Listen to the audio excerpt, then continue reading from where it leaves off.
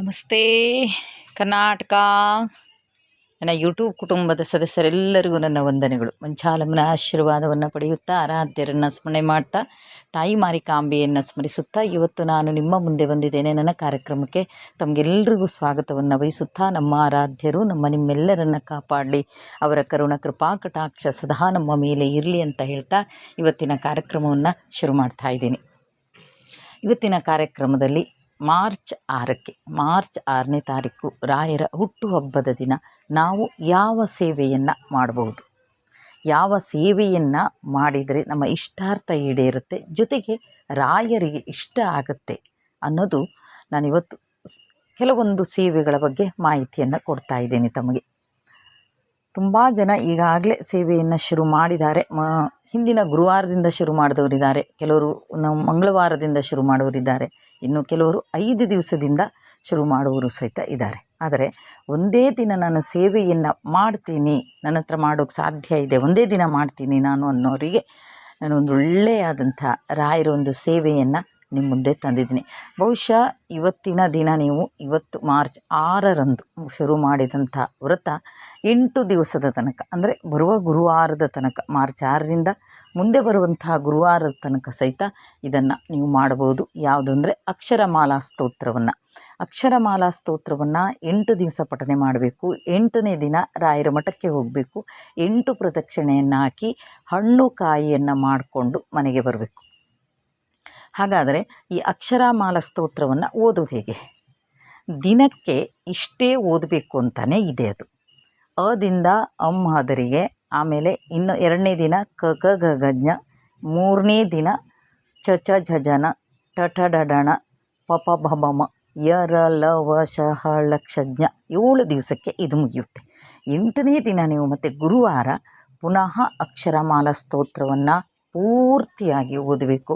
ಬಹುಶಃ ನಿಮಗೆ ಗೊತ್ತಿದೆ, ಅಂದರೆ ಓದೋಕ್ಕೆ ಬರಲ್ಲ ಅನ್ನೋರು ಮೊಬೈಲಲ್ಲಿ ರೆಕಾರ್ಡನ್ನು ಕೇಳಿಸ್ಕೊಳ್ಳಿ, ಸಾಕು. ಅಷ್ಟು ಮಾಡಿದರೆ ಅದರಲ್ಲಿ ಒಂದು ಪದ ಬರುತ್ತೆ, ಶ್ರೀರಾಘವೇಂದ್ರಾರ್ಯ ಶ್ರೀರಾಘವೇಂದ್ರಾರ್ಯ ಶ್ರೀರಾಘವೇಂದ್ರಾರ್ಯ ಪಾಹಿ ಪ್ರಭೋ ಅನ್ನೋದು. ಅದನ್ನು ಮಾತ್ರ ನೀವು ಹೇಳ್ತಾ ಹೋಗಿ. ಅಲ್ಲಿ ಹೇಗೆ ರೆಕಾರ್ಡಲ್ಲಿ ಕೇಳಿಸುತ್ತೆ ಹಾಗೆ ನೀವು ಅದನ್ನು ಹೇಳ್ತಾ ಹೋಗಿ. ಇನ್ನೊಂದು ವಿಷಯ ಅಂದರೆ, ಇದೊಂದು ಸೇವೆ ಆದಮೇಲೆ ಅಲ್ಲಿಂದ ನೀವು ಯಾವ ಸೇವೆಯನ್ನು ಹಿಡಿಯೋಕ್ಕೆ ಸಾಧ್ಯ ಇದೆ? ಗಂಧದ ಬೊಟ್ಟನ್ನು ಇಡುವಂಥ ಸೇವೆಯನ್ನು ಸಹಿತ ಮಾಡಬಹುದು.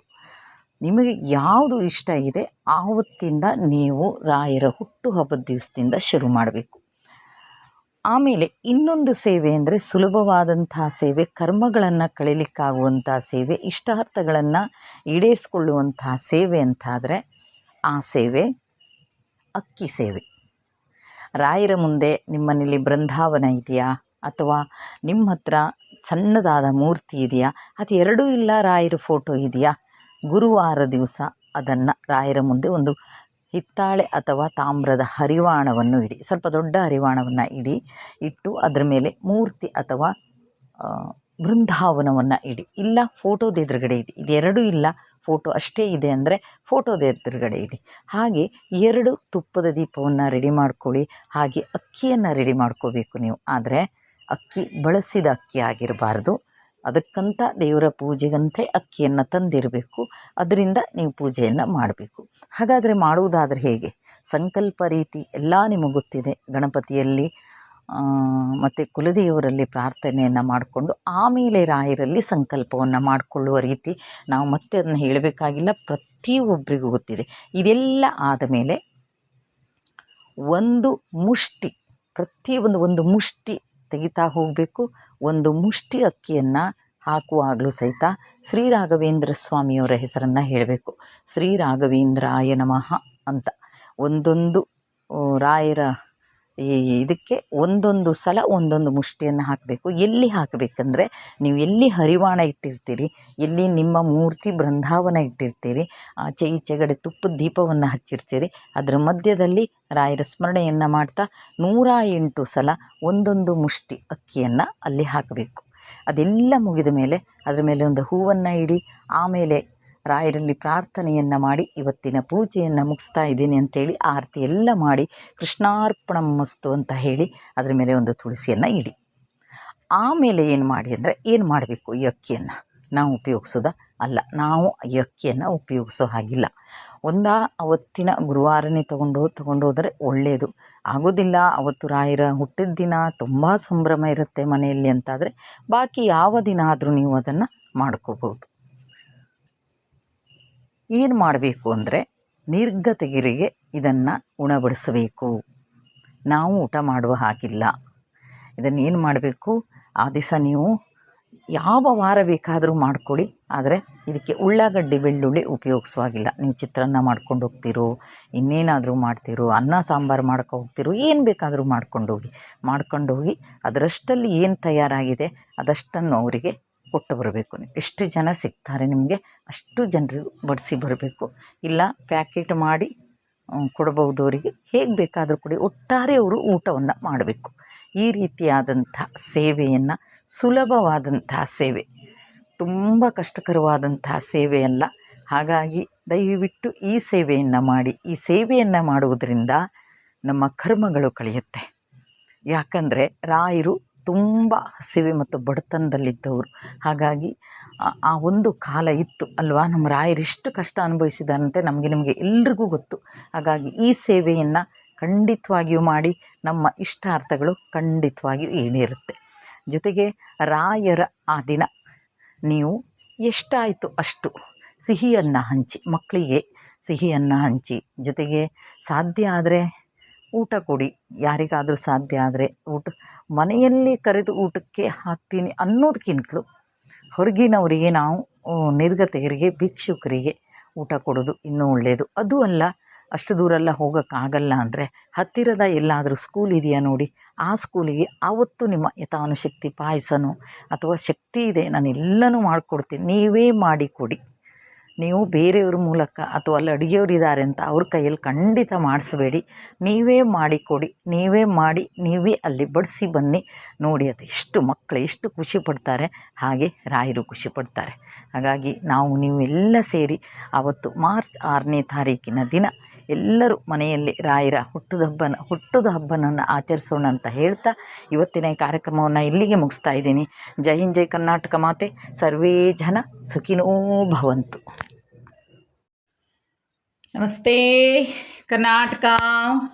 ನನ್ನ ಯೂಟ್ಯೂಬ್ ಕುಟುಂಬದ ಸದಸ್ಯರೆಲ್ಲರಿಗೂ ನನ್ನ ವಂದನೆಗಳು. ಮಂಚಾಲಮ್ಮನ ಆಶೀರ್ವಾದವನ್ನು ಪಡೆಯುತ್ತಾ, ಆರಾಧ್ಯರನ್ನು ಸ್ಮರಣೆ ಮಾಡ್ತಾ, ತಾಯಿ ಮಾರಿಕಾಂಬೆಯನ್ನು ಸ್ಮರಿಸುತ್ತಾ ಇವತ್ತು ನಾನು ನಿಮ್ಮ ಮುಂದೆ ಬಂದಿದ್ದೇನೆ. ನನ್ನ ಕಾರ್ಯಕ್ರಮಕ್ಕೆ ತಮಗೆಲ್ಲರಿಗೂ ಸ್ವಾಗತವನ್ನು ಬಯಸುತ್ತಾ, ನಮ್ಮ ಆರಾಧ್ಯರು ನಿಮ್ಮೆಲ್ಲರನ್ನು ಕಾಪಾಡಲಿ, ಅವರ ಕರುಣ ಕೃಪಾ ಕಟಾಕ್ಷ ಸದಾ ನಮ್ಮ ಮೇಲೆ ಇರಲಿ ಅಂತ ಹೇಳ್ತಾ ಇವತ್ತಿನ ಕಾರ್ಯಕ್ರಮವನ್ನು ಶುರು ಮಾಡ್ತಾ ಇದ್ದೀನಿ. ನಿನ್ನೆಯ ದಿನ ರಾಯರ ಹುಟ್ಟುಹಬ್ಬದ ದಿನ. ಬಹುಶಃ ಎಲ್ಲರೂ ತಮಗೆ ಸಾಧ್ಯವಾದಷ್ಟು ರಾಯರ ಸೇವೆಯನ್ನು ಮಾಡಿದ್ದೀರಿ. ಜೊತೆಗೆ ನೀವೇನು ಕೊಡಬೇಕು, ಮಕ್ಕಳಿಗೆ ಸಿಹಿ ತಿಂಡಿನೋ ಅಥವಾ ಮನೆಯಲ್ಲಿ ಎಲ್ಲರಿಗೂ ಊಟ ಹಾಕ್ಸುವಂಥದ್ದು ಅಥವಾ ಹೊರಗಡೆಯವರಿಗೆ ಊಟ ಹಾಕ್ಸುವಂಥದ್ದು, ಏನೋ ಎಲ್ಲ ಒಂದಲ್ಲ ಒಂದು ರೀತಿಯಲ್ಲಿ ರಾಯರ ಸೇವೆಯನ್ನು ಮಾಡಿ ಸಂಭ್ರಮವನ್ನು ಪಟ್ಟಿದ್ದೇವೆ ಅಲ್ವಾ. ಭಾಳ ಖುಷಿ. ನಾನಂತೂ 12 ಗಂಟೆ ತನಕ ಎಚ್ಚರ ಆಗಿದ್ದು ಕರೆಕ್ಟ್ 12 ಗಂಟೆಗೆ ರಾಯರಿಗೆ ಹುಟ್ಟುಹಬ್ಬದ ಶುಭಾಶಯವನ್ನು ಕೋರಿದ್ದೀನಿ ನಾನು. ಮತ್ತು ಬೆಳಿಗ್ಗೆ ಎದ್ದು ರಾಯರೇ ಹುಟ್ಟುಹಬ್ಬದ ಶುಭಾಶಯಗಳು ನಿಮಗೆ ಅಂತಲೂ ಹೇಳಿದ್ದೆ. ಏನೋ ಒಂಥರ ಖುಷಿ. ನಮಗೆ ಗೊತ್ತಿಲ್ಲ, ನಮಗೆ ಇಲ್ಲಿಯವರಿಗೆ ನಾವು ರಾಯರಿಗೆ ಅಥವಾ ಯಾವುದೇ ದೇವರಿಗೆ ನಾವು ಶುಭಾಶಯ ಕೋರಿದ್ದು ಗೊತ್ತಿಲ್ಲ.